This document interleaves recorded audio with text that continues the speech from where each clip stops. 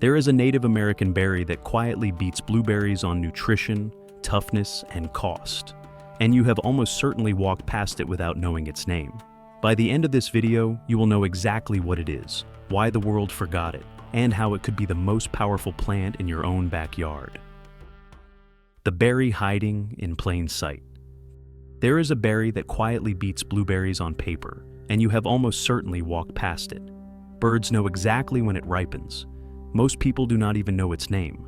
And that mystery is the first clue that something has gone very wrong with how we think about food. This is aronia, the black chokeberry, a native fruit that has watched America forget it. In early spring, the shrubs leaf out in fresh green, then burst into white, 5-petaled blossoms that light up with bees. By midsummer, those flowers have turned into tight clusters of dark, glossy berries that look more like ink drops than snacks. The shrubs are modest, usually no taller than a person, happy on the edge of a lawn, a rough corner of a field, or a spot too wet for fussier plants. Long before supermarkets, they stood behind homesteads, feeding wildlife and anyone who knew to reach for them when stored food ran low. Today, yards are lined with shrubs that do nothing but hold space, while plastic clamshells of blueberries stack up in the refrigerator. We pay premium prices for distant superfoods and ignore the one that could thrive where the grass keeps slipping away. So how did this ordinary shrub, with its nearly black fruit, vanish from our plates? And what exactly makes it strong enough to challenge the blueberry's crown? To find out, you have to crack one open and look at what is hiding inside. If you are already curious about forgotten foods like this, tap the like button now so more people can discover this story with you. The antioxidant heavyweight. Line up every so-called superfruit and actually measure their strength, and the results do not match the labels. The glossy blueberry, the exotic acai, the bright red goji all fall behind a small berry that quietly stains your fingers purple-black.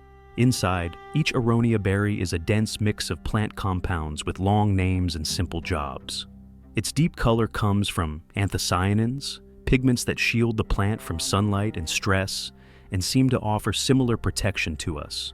Bitter, astringent polyphenols act like armor for the shrub, and, in the human body, work as antioxidants, disarming unstable molecules that slowly damage cells and wear on the heart, skin, and brain. You do not need a lab to sense that power. Crush ripe aronia berries and the juice runs so dark it almost refuses to shine. That saturation is a clue. The deeper the color, the more of those protective compounds are packed inside. Tests comparing different fruits have found that aronia's antioxidant capacity far exceeds that of cultivated blueberries and sits near the very top of any common berry. A century ago, no one spoke about antioxidant scores, but people who lived with this plant already reached for it when strength mattered, which raises the next question. Who first trusted this berry enough to build it into their survival plan, and what did that look like in real life? The first superfruit of this land. Long before the word superfood existed, people here already knew which plants could carry them through a brutal winter. For them, the dark berries we now call aronia were not a novelty. They were insurance. In the eastern woodlands, indigenous families watched the shrubs along stream banks and forest edges. When the spring blossoms turned to clusters of fruit, they gathered what the birds left behind. The berries were sharp and mouth-drying, best eaten with sweeter companions. Spread on woven mats or bark, they dried in the sun and wind, shrinking, darkening, and mellowing. Those dried berries were light to carry and slow to spoil. They could be stirred into stews, porridges, or mixtures of fat and meat that lasted for months. When fresh greens and fruit were rare, that concentrated burst of nourishment mattered. The rule was simple. Use the generous months to prepare for the lean ones, and let every useful plant earn its place. No one needed scientific language. Knowledge came from long observation, which plants survived late frosts, which kept people steady when snow was deep and game was scarce. Over generations, aronia earned its place among trusted foods, tied to roots, stories, and seasonal camps. By the time European settlers arrived with their own familiar fruits, this modest shrub was already part of the land's working pantry, waiting at the edge of every clearing. What they chose to do with it would decide whether the berry stayed central or slipped into the background. The settler's hedge. When the first cabins went up and fields were carved from the trees, not every native plant was cleared. Some were pushed to the margins, marking the line between tamed land and wild country. Aronia was one of those quiet survivors. Along stone walls and rough property lines, in low spots too wet for grain, these shrubs found their niche. In spring, their blossoms drew bees that later visited orchard trees and clover. In summer, their foliage formed a living screen that softened harsh winds, and then the berries came, hanging in loose, dark clusters against the green. Settlers who recognized the shrub treated it like any other tart fruit. A few bushes along a boundary might mean deep preserves, pies with apples, or a strong, dark juice, another row of jars in the pantry to break up the sameness of winter meals. Even when no one gathered them, the shrubs earned their keep. Birds ate the fruit and hunted insects in the fields, while branches caught drifting snow and slowed erosion. For a time, this modest hedge plant fit neatly into the patchwork of small farms. Then agriculture industrialized and new fruits were bred and promoted, and a different berry began moving from wild thickets into carefully managed rows, reshaping what people thought fruit should be. How blueberries stole the spotlight.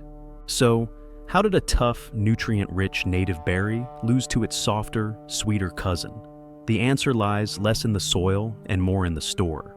Wild blueberries once grew in scattered patches too, until growers and scientists in the early 20th century began selecting and breeding them into dense, uniform plantings.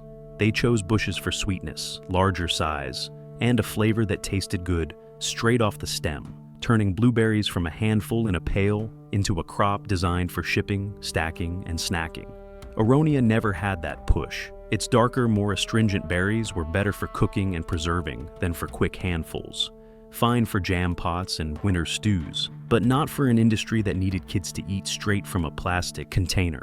As supermarkets spread and convenience reshaped diets, fruit that could be eaten by the handful with no preparation, and that stayed mild and sweet after long transport, got the prime space. Blueberries were built for that role. Aronia stayed in windbreaks and mixed hedges, a processing berry in a grab-and-go world. Over time, people grew attached to what they saw most. The unseen berry became the harsh one by default. But that verdict rests on a single experience, a raw bite taken in the wrong context. Change the context, and the entire case against it starts to fall apart. Bite into a handful of fresh aronia berries and your mouth tightens, your tongue goes dry, and you start to doubt every kind word you have heard about this plant. That first jolt is exactly why so many people walked away, and why almost no one realizes how good it can be. What you are feeling is astringency, the same drying sensation as very strong tea or a bold red wine. It comes from tannins, bitter compounds that protect the berry and carry much of its antioxidant strength. Straight off the shrub, with no sweetness or fat to balance them, those tannins take over. Shift how you use the berry, and its personality changes. Simmer aronia with water and a bit of sweetener, and the edges soften. The syrup turns deep wine-colored, somewhere between black cherry and wild grape. Swirl it into yogurt or smoothies, pour it over pancakes, bake it with apples and pears, and that dryness becomes structure instead of punishment. Dried, the berries concentrate into chewy, raisin-like bursts in granola and trail mix. Aronia was never meant to behave like candy. It is a cooking berry, a blending berry, a backbone that lets other flavors shine. Once you stop expecting it to mimic dessert grapes, the taste problem almost disappears. And when you remember how this plant shrugs off conditions that eliminate more delicate fruits, it starts to look less like a flaw and more like a hidden advantage. Tell me in the comments, would you plant a shrub like this if you knew it could feed you for years with almost no fuss? And have you already seen it where you live without realizing? The shrub that laughs at winter. While delicate fruit trees sulk after late frosts and crack under ice, this native shrub stands bare and unbothered, as if winter were just a pause. Year after year, snow comes and goes, and aronia wakes on its own schedule, rarely in a hurry and never in doubt. It evolved where winters bite and springs can flip from sunshine to sleet in an afternoon. Its roots grip soils that are too heavy, too wet, or too poor for fussier crops. And along old field edges or near marshy ground, it quietly leaves out flowers and sets fruit.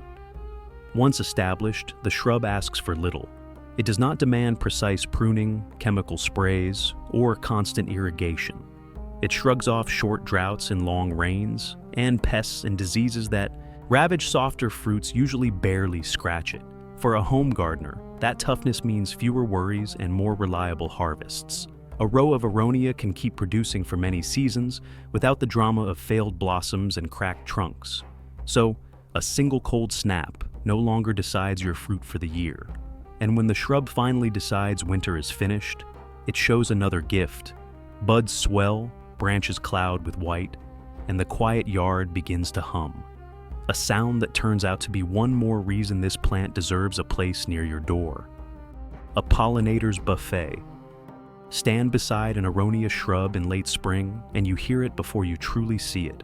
A low, steady buzzing wraps around the plant. In neighborhoods where many yards feel strangely still, that hum is the sound of a system that still works. When the buds open, branches are suddenly covered in clusters of white blossoms. To us, they are pleasant. To bees, they are flashing signals that breakfast is served.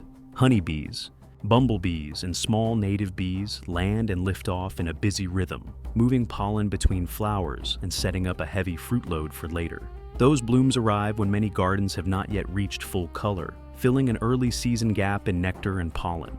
The same insects that refuel here will later visit your vegetables, your other fruits, and the wildflowers beyond your fence. As petals drop and berries swell and darken, the buffet changes. Thrushes, robins, cedar waxwings, and other birds move in, plucking at clusters and carrying seeds outward. One shrub becomes food, shelter, and a seed dispersal engine at once. Most ornamentals chosen only for a tidy shape or glossy leaf do none of this. Aronia manages to be beautiful and useful, and yet the largest fields of it are not here, where it evolved. To see those, you have to follow the plant's trail across the ocean. Europe's secret American export America let this berry sink into roadside plantings and forgotten corners. Europe took the same plant, lined fields with it, and quietly built an industry. A North American native had to leave home before anyone cultivated it on a grand scale. In the early 20th century, plant explorers carried aronia cuttings across the Atlantic. Breeders in Eastern and Central Europe saw a hardy shrub that loaded itself with dark, strongly flavored fruit, and began selecting and crossing plants, shaping dependable varieties for their climates and soils. Soon, rows of aronia shrubs stretched across former grain fields and shelter belts. At harvest, workers stripped clusters into crates. In processing plants, fruit was crushed and pressed, juice running in thick, nearly black streams into holding tanks. From there, it was bottled, cooked into syrups, turned into jams, wines, and health tonics. Labels in unfamiliar alphabets praised its strength and color, and in many homes, a small glass of aronia juice in winter became as normal as orange juice at an American breakfast table. So while the plant's homeland forgot its name, distant countries came to rely on it. The contrast is hard to miss. A berry that belongs to these woods and fields had to be discovered elsewhere before we reconsidered it. But you do not need acres and machinery to benefit, because for most people, the real story begins at the edge of a backyard. The backyard superfood hedge. Most backyard fences simply mark where one property ends and another begins. Imagine if that same line could also fill your freezer, shelter songbirds, and blaze with color in autumn. An aronia hedge can do all of that. The shrubs grow to about head height, forming a soft, leafy wall instead of boards or wire. In early spring, bare stems turn to green, then to clusters of white flowers that become strings of berries, slowly swelling and darkening until the whole hedge is dusted with midnight. From the sidewalk, it looks like good landscaping. From your side, it is storage. You can walk the hedge with a bowl, slide clusters into your hand, and put away enough fruit in one afternoon to flavor months of smoothies, sauces, and baked dishes. While the hedge feeds you, its roots hold soil, its branches shelter nests, and its blossoms support early pollinators. In autumn, the leaves ignite into reds and purples, turning a plain boundary into a show. If a single stretch of shrubs can offer that much to one household, imagine what entire rows could do for people trying to earn a living from the land. The farmer's missed opportunity. Across the countryside, Small farms are searching for crops that set them apart and survive rough seasons. One of the best candidates is already growing in their margins. It does not bruise easily. It does not demand constant care. It wears the word superfruit honestly, and still rarely appears on crop plans. Aronia fits the kind of agriculture many people say they want more of: diverse, resilient, and tied to local stories. Few rows along pasture edges or wrapped around vegetable fields can become a new harvest stream, with shrubs that leaf out, bloom, and hang with dense clusters of fruit on far less spraying and fuss than many tree fruits require. Once picked, the berries can head to small presses for dark, concentrated juice, be frozen for bakeries, dried and milled into powders, or cooked into jams and syrups that carry the farm's name all year. On some properties, the shrubs themselves become the draw, forming pick-your-own rows that pull families out on late summer weekends. The story of a native superfruit coming home baked into every visit. For growers willing to experiment, aronia is not just another hedge. It is a product line, a piece of resilience, and a way to stand out in a crowded market. And you do not need to own a field to see it in action. In many towns, it is already hiding in plain sight. If someone you know loves gardening, homesteading, or healthy food, share this video with them so they can discover this berry before it goes mainstream. The urban superfruit. Most people hurry past it on their way to the bus stop, never realizing that the neat little shrub beside the sidewalk could rival a carton of blueberries. To the city, it is just another tough ornamental. To anyone who recognizes it, it is stealth food built into the landscape. Aronia slips into urban plantings because it behaves so well. It tolerates exhaust, compacted soil, and the reflected heat of pavement and glass. Planners like its size, its shape, its spring flowers, and its fiery autumn leaves, so they tuck it into traffic medians, rain gardens, park edges, and office courtyards. By late summer, those same shrubs hang heavy with dark, glossy berries. Children glide past on scooters, office workers eat lunch a few feet away, and almost no one reaches out to pick a cluster. There are no labels, no signs, nothing to say. This is food. In that moment, the line between ornamental and edible blurs. A rain garden becomes both stormwater control and pantry. A parking lot border doubles as a wildlife corridor, feeding birds and pollinators while quietly offering people a nutrient-dense snack they do not know they can take. In cities where words like food dessert and nutrition gap fill reports, the idea of sidewalks lined with living superfruits is more than a pleasant thought. It is a hint that some answers might already be rooted in the ground around us, and the case for this berry reaches beyond looks and location. Old kitchen wisdom and modern research are beginning to tell the same story. The medicine chest in a berry. For a long time, this was simply that sour berry birds love. Yet in farm kitchens and village clinics, it kept turning up in steaming mugs and dark syrups whenever someone felt worn down. No one claimed magic. They just leaned on it when they wanted a little extra support. In parts of Eastern Europe, families had simmered the berries into thick juices and cordials, taking small glasses in winter as a general tonic. The logic was simple and powerful. Anything that dark, that sharp, and that tough in bad weather had to carry something good. It was food first, medicine second, but it earned trust. Eventually, researchers turned their attention to it. In laboratories, extracts of aronia began to show interesting patterns. Those deep pigments and bitter compounds that challenge the tongue seemed to help protect blood vessels, support the body's handling of inflammation, and play a role in keeping blood sugar and cholesterol in healthier ranges. No single berry is a miracle cure, and aronia is no exception. But as part of a diet built around whole, colorful foods, it does more than just fill space in a bowl. It offers another real, plant-based option in a world that too often jumps straight to pills and processed solutions. So now this berry sits at a crossroads, native, resilient, beautiful, grounded in tradition, and backed by growing science. All it has lacked is attention. That, quietly, is beginning to shift. The revival has quietly begun. At a farmer's market, it is almost black juice in a line of bright bottles. At a small winery, it is the darkest pour on the tasting list. Online, it is the backyard hedge sagging with fruit that makes people type, "What plant is that?" The modern revival of aronia is not a national advertising push. It is a scattered set of experiments by people who like to grow, taste, and share things a little off the beaten path. A few specialty orchards have dedicated rows to it, learning how to time harvest and handle the intense juice, pouring tiny samples and watching surprise spread across faces, as that first sour shock gives way to something more interesting. Craft cider makers mix aronia with apples to add color and tannin. Brewers use it to give beer and kombucha richer hues. Juice companies count on it to turn pale. Blends into deep jewel-tone drinks that stand out on a shelf. In gardens, the revival is quieter, but just as real. A neighbor passes along a cutting. A native plant nursery adds aronia to its list and finds it selling out.